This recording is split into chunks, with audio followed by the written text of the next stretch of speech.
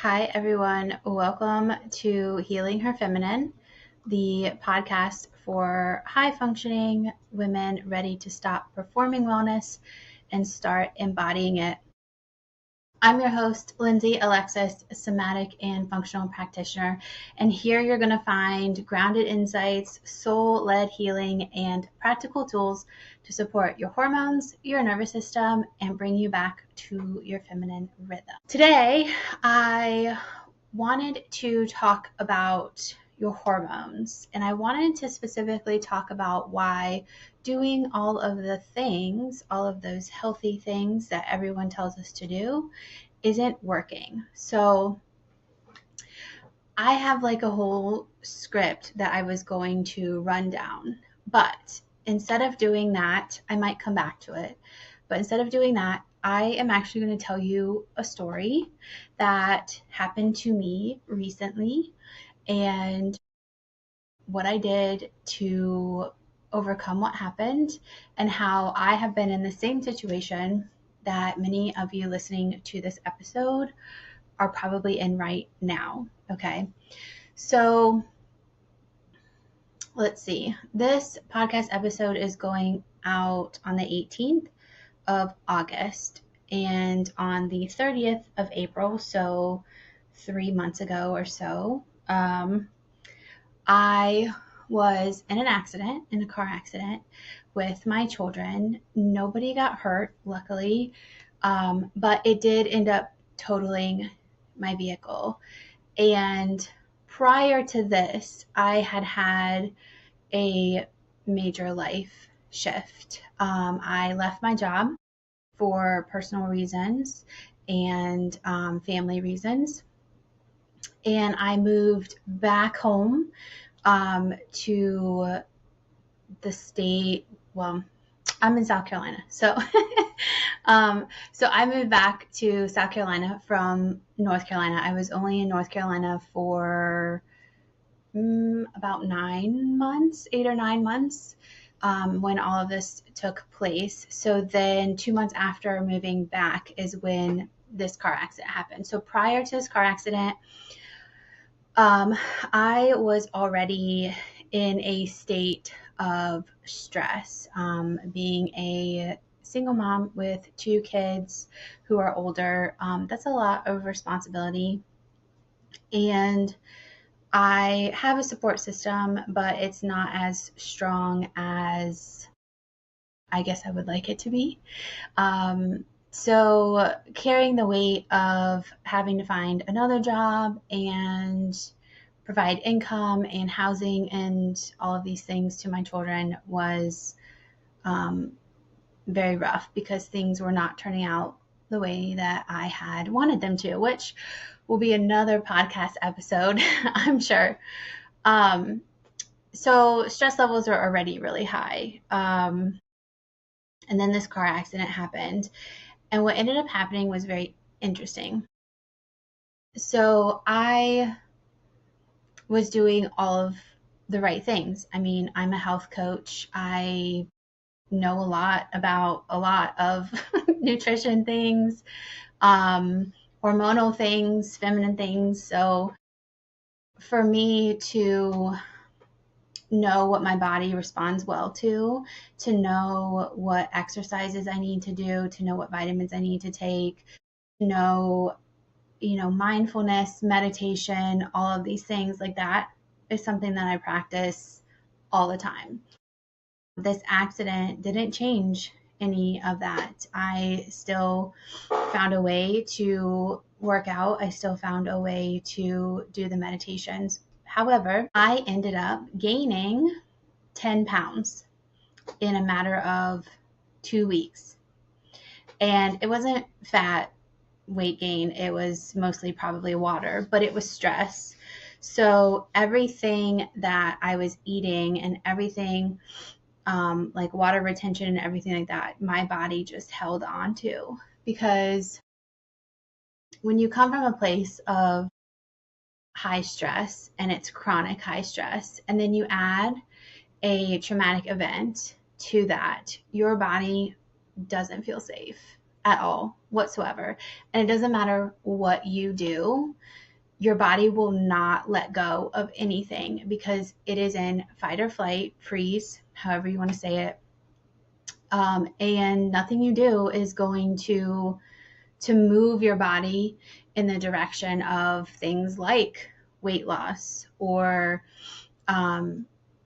lack of fatigue, like having high energy, things like that. Like nothing you do when you're in that state is going to help move that needle. So when I saw this happening, I'll be honest that I freaked out. I mean, 10 pounds is a lot of weight to gain, especially when I know that my body responds in such a way where when I gain weight, it takes me twice as long, if not longer, to lose the weight than it is for me to gain it. That's just my body type. So I had to take a step back and I had to really listen and tune in to what my body was saying and what it needed. And what it needed was rest, for one, which was the first episode in this podcast.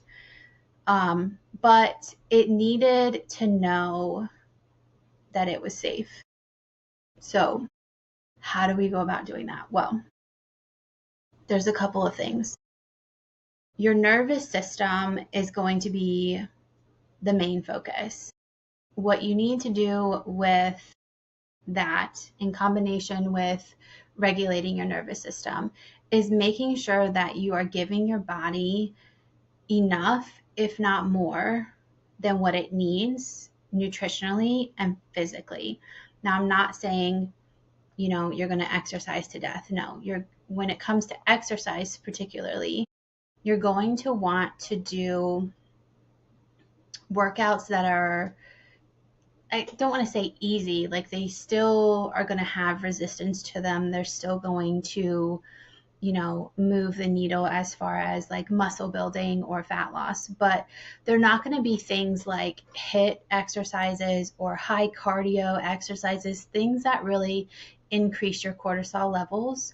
You want things that are slow moving, that still do the work, things like Pilates or yoga. You could even do strength training in moderate amounts. So I wouldn't like go hard. I wouldn't do like personal records and things like that.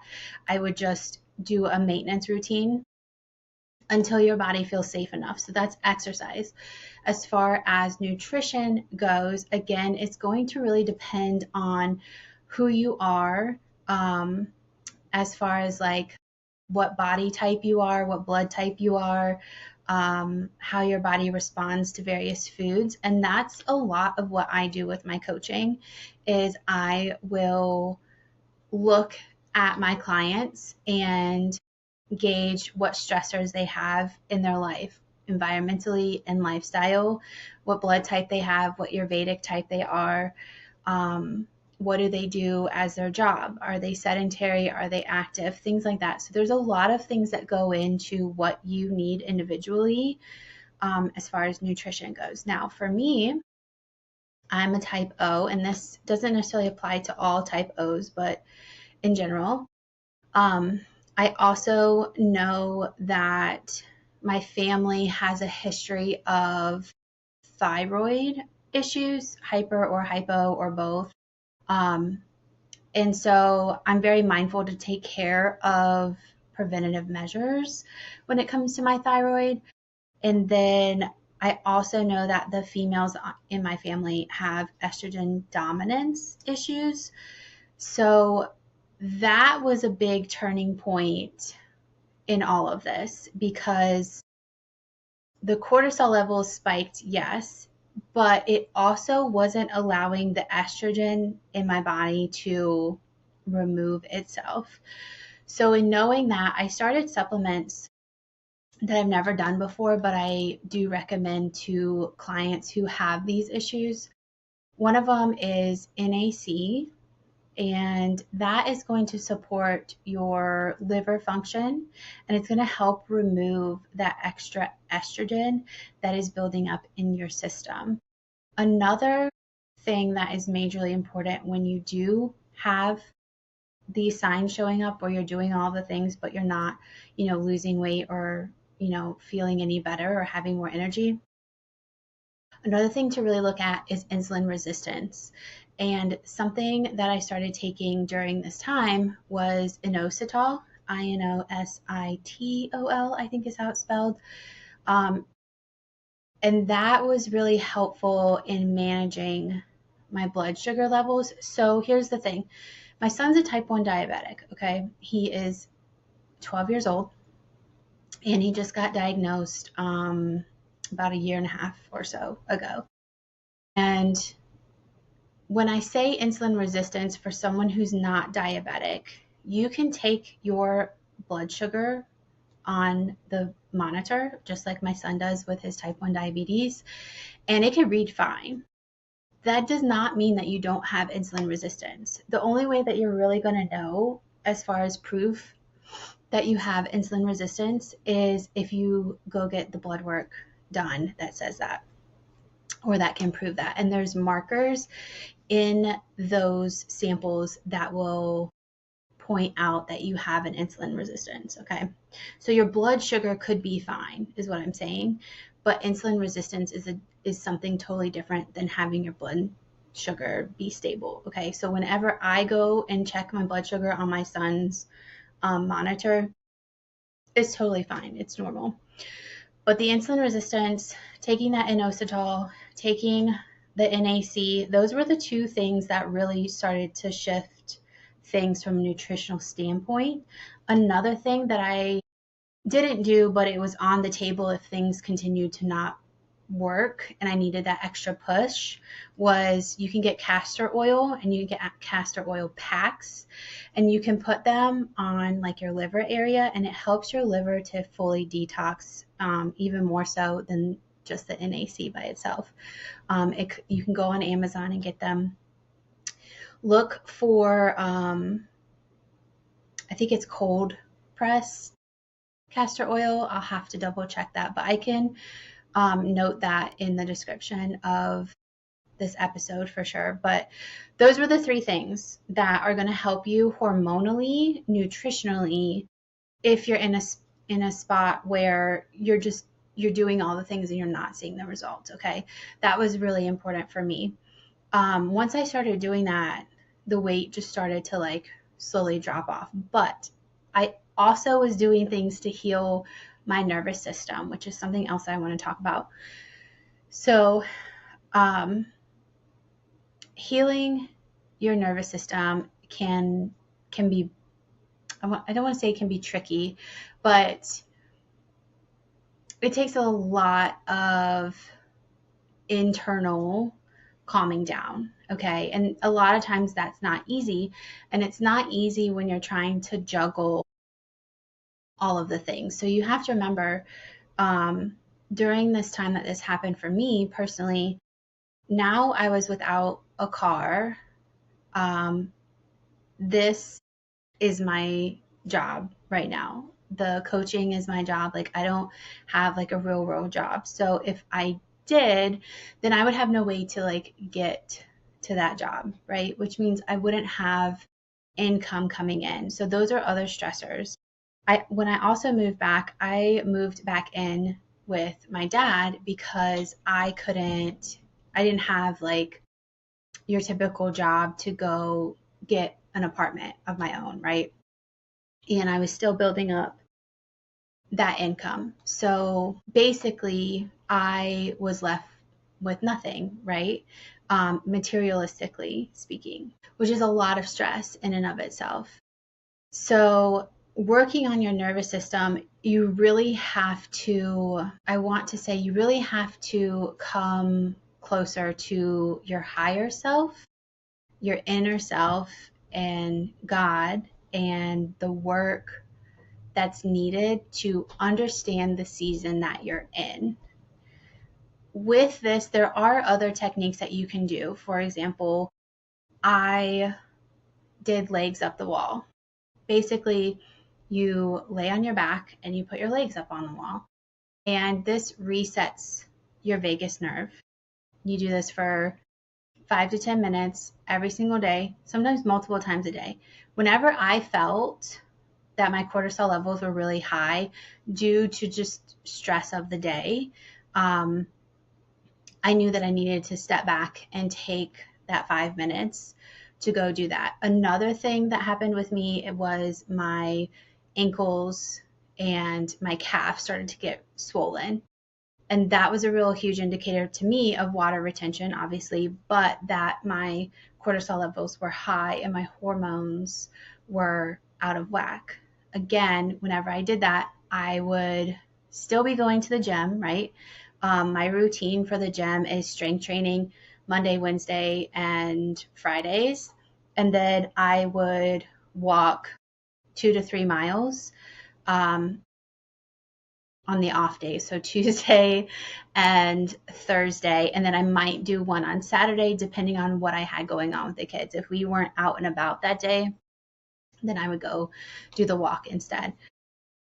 Anyways, so I forgot where I was going with this. So legs up the wall is one technique that you can use to kind of reset your your vagus nerve, but also it elevates your lymphatic system in those areas on your lower extremities higher than your heart, which helps the blood recirculate back, okay? As far as your lymphatic system goes, if you do have chronic swelling like that in your legs, start going for walks, because I guarantee you're not getting enough movement in your life that your body needs. You could also not be drinking enough water, even though you might think you are. My recommendation for water intake is half your body weight in ounces, okay? And typically that should be about at least 8 glasses of water, which is what the recommendation standard is. But for me, that is more like, I want to say like 9 to 12 glasses of water.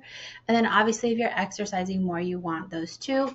Another thing that helps with all of this is having electrolytes in your water. So yes, water will replenish the fluid that is being lost and it'll help flush out extra fluid. But when you have electrolytes, water follows salt. So when you're getting the swollen ankles or extremities, you're going to need salt to help move it, but salt combined with water to move all of that excess water out, if that makes any sense. I know it sounds counterintuitive to take in more water when your body's holding water, but it actually helps flush out that system. And again, using it with electrolytes, I personally like Ultima. I'll put those in the description box as well. They're really clean electrolytes and they come in many different flavors. They don't have a lot of sugar in them. Actually, I don't think they have any sugar in them. Whereas like Liquid IV has a lot of sugar in it. And with my son being diabetic, we have to watch out on how much sugar he actually intakes. So that's why we use Ultima. So there's a lot of things you can do, like I said, nutritionally to help with getting your nervous system back. Another technique that I used was acupuncture points for your vagus nerve. Also listening to different frequencies of music. You can find those on YouTube that relate to your vagus nerve. Those are really helpful too. And like I said, legs up, if you do legs up the wall and for that 5 to 10 minutes and you're listening to the vagus nerve reset frequencies, I did the Tibetan bowls, but they also have regular frequency too. That combined really helps. There's a pressure point in the inside of your ear where if you kind of feel like at the top of your ear and then you kind of follow it down and it starts to like curve into your ear before it actually gets like to your inner ear. So it's like literally dead in the middle. I think it's called, I forget the name of it. It starts with a D, but it's where people get that one piercing right there in the middle of their ear for like migraines and stuff. Anyways, if you push right in that crevice that's right in the middle. So you're not in your actual ear.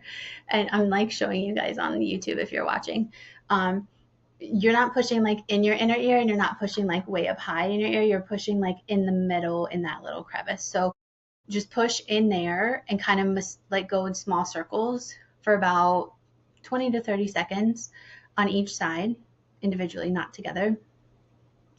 And that also helps reset your vagus nerve. So even if you're in the middle of the day and you're feeling really stressed and overwhelmed, step out of wherever you're at, whatever that environment is that is overwhelming you, and just do that. Just push on that pressure point, kind of massage it a little bit. Another thing you can do is, if you're doing the legs up the wall and you're already laying down, you can look straight ahead, right? And make sure your head stays where it's at, and then just move your eyes to the right. Make sure your head stays. Move your eyes to the right and kind of look up and look down. That's going to actually massage. It's going to pull on the nerves to massage the vagus nerve that's in the back of your head, okay? And then you can do it again to the left and look up and look down, and just kind of do that for a few seconds too. Both of those techniques reset your vagus nerve. So all encompassing with this is making sure you're getting the proper exercise, okay? So nothing that's going to increase your cortisol levels. Then you want to make sure you're getting the right supplements to help your body feel nutritionally stable. Again, if you know that it's a hormonal, well, obviously it's hormonal because cortisol is a hormone, but if you notice that you have the insulin resistance, or if you have estrogen dominance like I did, then make sure that you're taking those two supplements. Another thing I didn't mention was for thyroid. It runs in my family. So I take a seaweed supplement. It's a blend of seaweed. I get it from Amazon. Most of these things I've gotten from Amazon. It's just convenient and it's cheaper. And if you have Prime, you literally get it the next day. So, anyways, it's called Herb Therapy, and it's a seaweed blend, and that has really helped with thyroid related things. It's helped, as far as I can tell, it has helped prevent me from having those thyroid issues that I see run in my family. So I can offer that up to you guys too. Again, a lot of the supplementation and nutritional things are going to come from factors of your lifestyle and environment and how your body is physically built. Again, going back to blood type, your Vedic type, all of those things. If you have chronic illnesses already, that's going to be another factor in that nutrition and supplemental plan. I feel like I'm telling you guys everything about me right now, but I also had my gallbladder removed about 10 years ago. So that's another contributing factor to how I supplement and give myself nutrients, because I don't have that excess storage of bile when it's needed. So things like pancreatic enzymes and things like that are things that, or digestive enzymes are things that I personally need to be aware of and supplement for if needed. Gut issues, whole nother ball game. I'm sure I'll do a podcast on that as well. But your gut also is impacting your hormones. They have the gut-brain connection. That's also your nervous system, and neurologically speaking, how all of that's regulated. Just know that everything in your body is connected to something else in your body. Everything is interconnected. So when you start changing one thing, you're going to end up changing something else.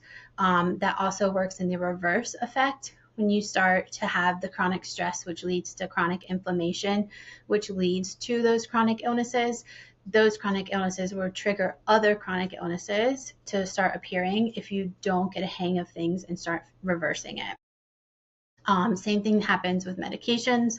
You might be on a heart medication for whatever reason, and then that might have a negative effect on a different operating system in your body, and then you're going to have to supplement or take preventative measures in order for that thing to not get worse, and so that you don't need medication for those things. So that's a lot of information. And then again, like I said, working on your nervous system, doing the journaling, doing the meditation, yeah, that's great.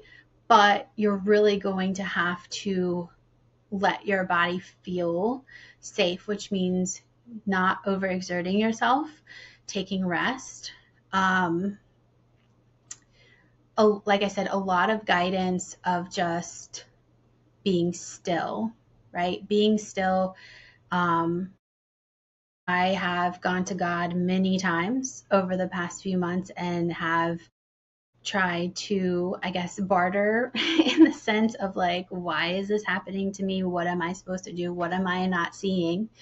And you really just have to sit with that. You really just have to sit with your subconscious mind and start healing things that are wounded.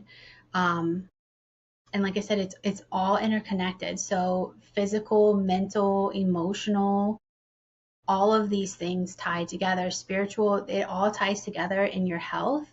So if you aren't seeing any changes in what you're doing and you're doing all of the things, all of the healthy things, these are some things that you might want to take a look at and see how you can navigate those. And again, a lot of my coaching one-on-one, and we walk through all of this together, so you don't have to go Googling or AIing all of the things and try to put all the pieces together, because that can get really overwhelming, not already having a foundation of what XYZ in a body needs, if that makes sense. So there's all of that. I'm going to run through my little script that I had here today and see if there's anything that I did not cover. But I just wanted to tell you guys that story for the most part. Let's see. All right, we're at 27 minutes right now.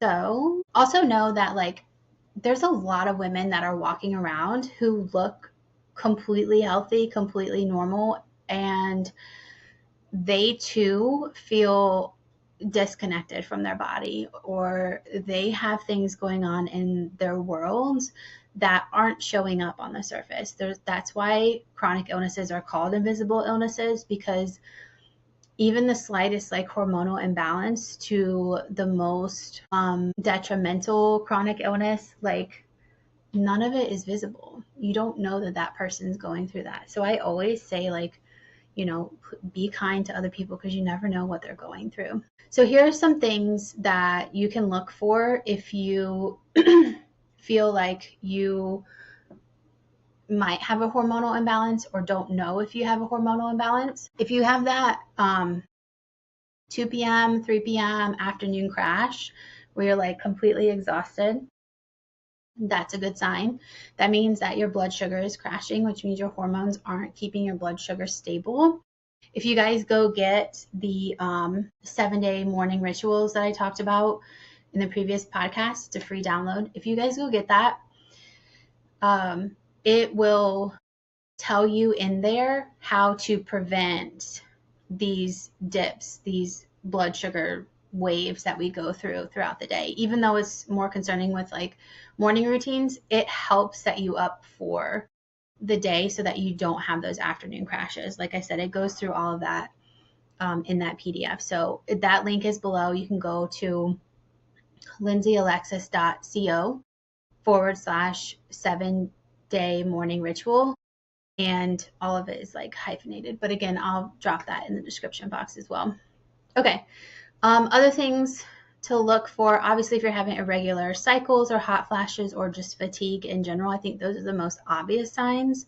But things you might not know about would be like your mood swings. If you're irritable a lot, that's a huge indicator. Even in guys, if guys are really irritable a lot, that's a huge indicator that their hormone levels are off, and so are yours. Excuse me. If you have anxiety or depression that like isn't triggered by a scenario, so like you just randomly in the middle of the day just get an anxiety attack and you're like, nothing happened, like what is this? That is a sign that you have some sort of hormonal imbalance.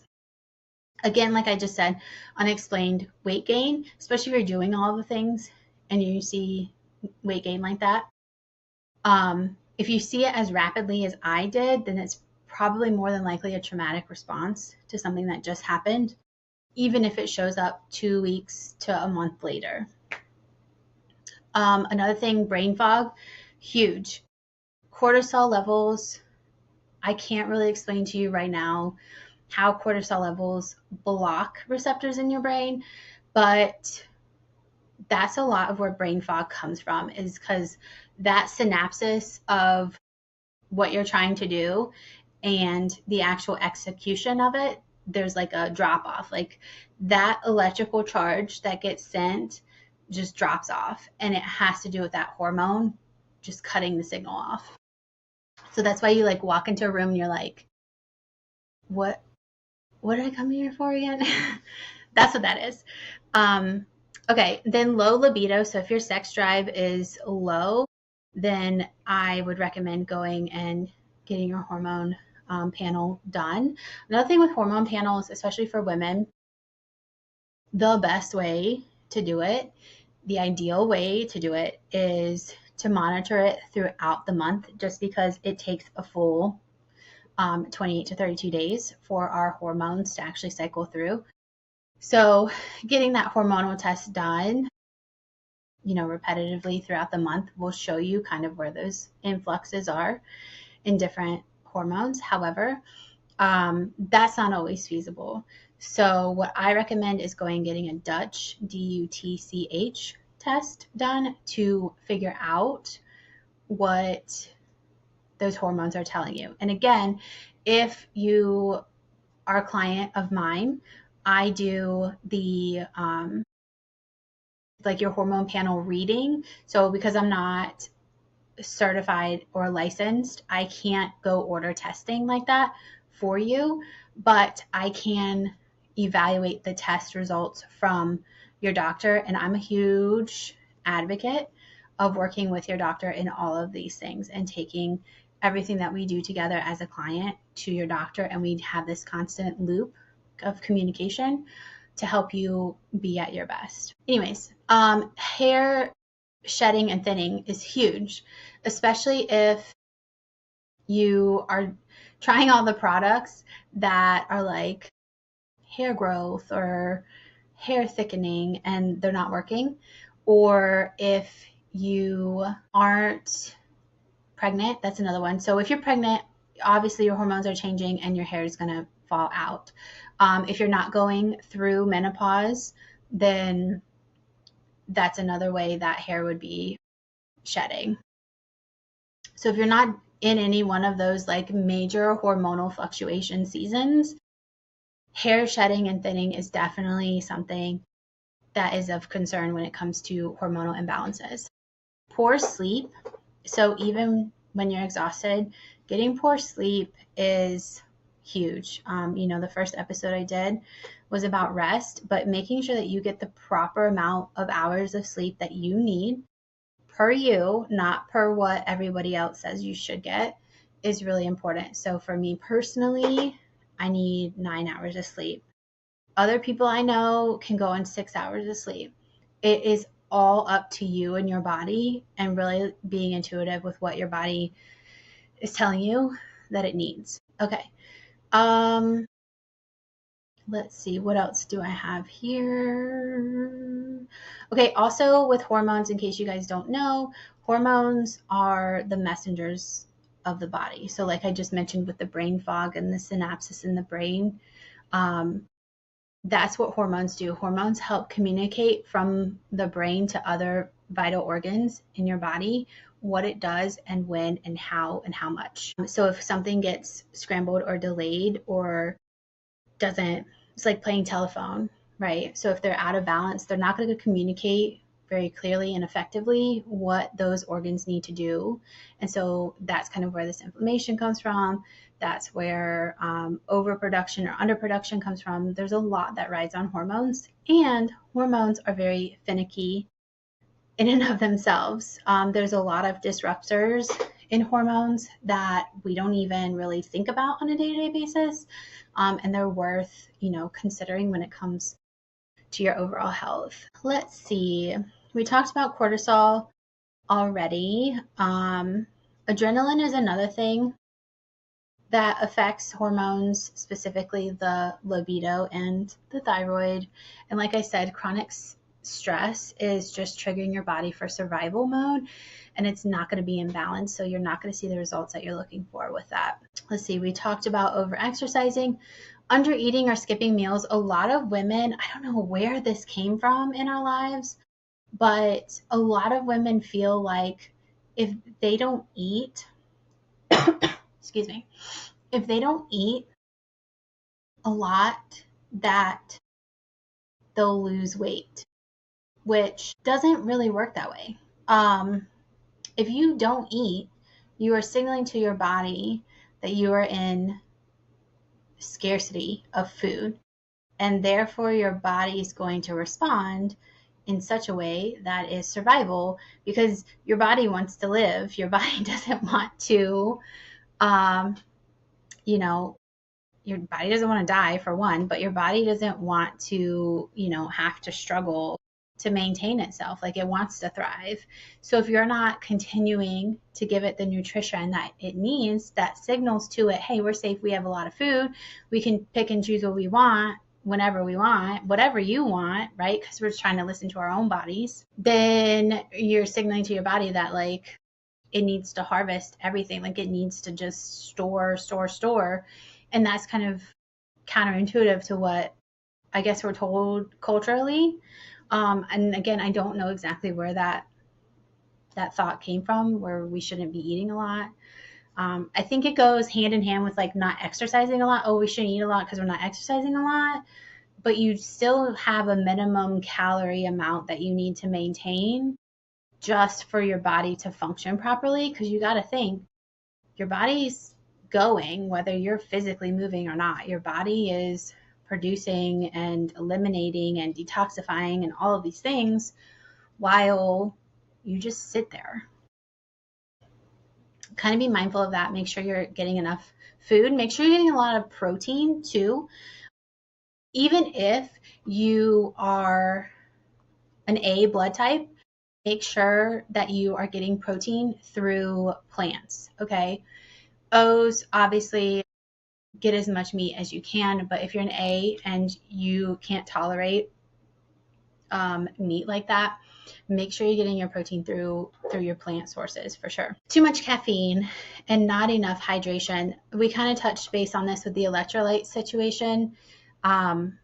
You have to flush your body out, and the way to do that is through hydration and proper hydration. So not just water. Yes, water helps, but making sure that you have the electrolytes in it. Potassium, magnesium, and I knew I was going to forget the last one. It's salt. Potassium, magnesium, and salt, but there's an actual name for it. Okay, we're going to move on from that because that didn't come up at all. But anyways, making sure you have those 3 essential electrolytes in your water. So if you can't go and buy Ultima, let's say, and you want to do it in a quick way, then you can do lemon and cucumber in your water. Add a pinch of Himalayan salt to it. That would be ideal. If you can't do the cucumber, that's okay. Salt and lemon do wonders. I personally cannot have lemon. I can eat lemon, which is weird. I can eat lemon. I can't drink lemon juice. I can't drink lemon juice. I can't have lemonade, which sucks during the summer because lemonade sounds amazing. But it actually gives me migraines. And I think that it gives me migraines because of my hormones. The way it interacts with my hormones in some way, shape, or form always gives me migraines. And I found out that it actually does the same with my son as well. So something about lemonade with the sweetness and the tartness just doesn't like the way our body processes it. So again, just being mindful of what your body needs, what your body tells you is okay with having and not having. But electrolytes are huge. Hydration is huge. Caffeine is okay in moderation. I am not going to tell you to not have coffee or soda. I might tell you to not have soda. I might tell you to find other resources that are similar to soda instead of soda, because soda has so many other different things in it. I'm not really concerned with the caffeine aspect of it. I'm more concerned with everything else that's added to it. Anywho, so just making sure you're not having like a grandiose amount of caffeine if you are not hydrating properly, right? So you still want to flush out that caffeine, because that caffeine is going to raise your cortisol levels. That's the problem. Also with this, and it's also in the 7-day morning ritual blueprint, if you have caffeine, like your coffee, too early in the morning, it stresses out your adrenal glands, which can cause adrenal fatigue, which is a whole another problem that you don't want to get into. So again, go download that and you'll understand what I'm talking about in regards to that. Constant multitasking is going to be another lifestyle trigger for this. Just goes back to your nervous system. You're going to overload your nervous system trying to do too much, be too much, for too many people, right? It's a very common characteristic as moms. We feel like we need to do all the things for all the people all the time. Been there, done that, and have burnt out over it, emotionally and physically. So not fun. Don't recommend it. Don't go get that t-shirt. But constant multitasking, try to delegate, try to determine what really isn't as important as you're probably making it to be. But delegation is huge. Ask for help. There's lots of systems and tools out there now that can help you with whatever you need help with, right? Okay. And then lastly, poor sleep hygiene, which I've kind of touched on, but sleep hygiene also includes like an evening routine to help you calm down into a higher sleep mode. Another thing would be magnesium. I have a whole guide on supplements as well that you guys can have. And I'll probably do another episode for vitamins and things too. But magnesium is huge for going to sleep. I use chelated magnesium. And since I moved that supplement from taking it in the morning to taking it in the evening, my whole sleep has changed. It's so much greater. But anyways, sleep hygiene is huge when it comes to trying to relieve yourself of these hormonal imbalances. Okay, what else can I tell you that's in my notes? We talked about rest already. Stable mornings with nourishment. Yes, that protein-rich breakfast. Again, that's in the 7-day ritual guide. I know I keep calling it like 5 different things, but anyways, you can go get that. Like I said, it's free and it goes through all of it for you and it explains all of the things, why we do the things we do. But basically what you're doing is trying to stabilize that blood sugar, reduce the cortisol, balance it out, and prevent hormonal disruption in the morning and throughout your day. What else? We want to support the thyroid. We want to support estrogen and progesterone. What else? Okay, that's pretty much it. So again, even if you're eating healthy and you're doing all the things, but your body is being resilient, it's being stubborn, just make sure that you are looking at your nervous system, calming it down, letting it feel safe. You're looking at the nutrients and the supplements that you are consuming in as much as your body feeling safe. So you could be eating all of the things correctly, but your body might actually need more, right? In addition, it might need different specific things depending on what your body's going through. And then lastly, exercise, the right kind of exercise, not things that are going to spike your cortisol levels. Again, a lot of this stuff too is in the 7-day morning rituals blueprint. I'm going to drop that below for you guys to go get. It is free. And last but not least, just know that your hormones, they're not working against you, okay? They're just messengers, and they're just trying to be supportive of your body's needs and its request. And we are the ones who have to help support our hormones in the way that they communicate, right? So start listening to your body, start small, and over time, you will definitely see how things begin to shift. All right? Cool. So I'll see you guys here tomorrow for another step towards balancing your hormones, calming your nervous system, and embodying your feminine rhythm. Thanks, guys.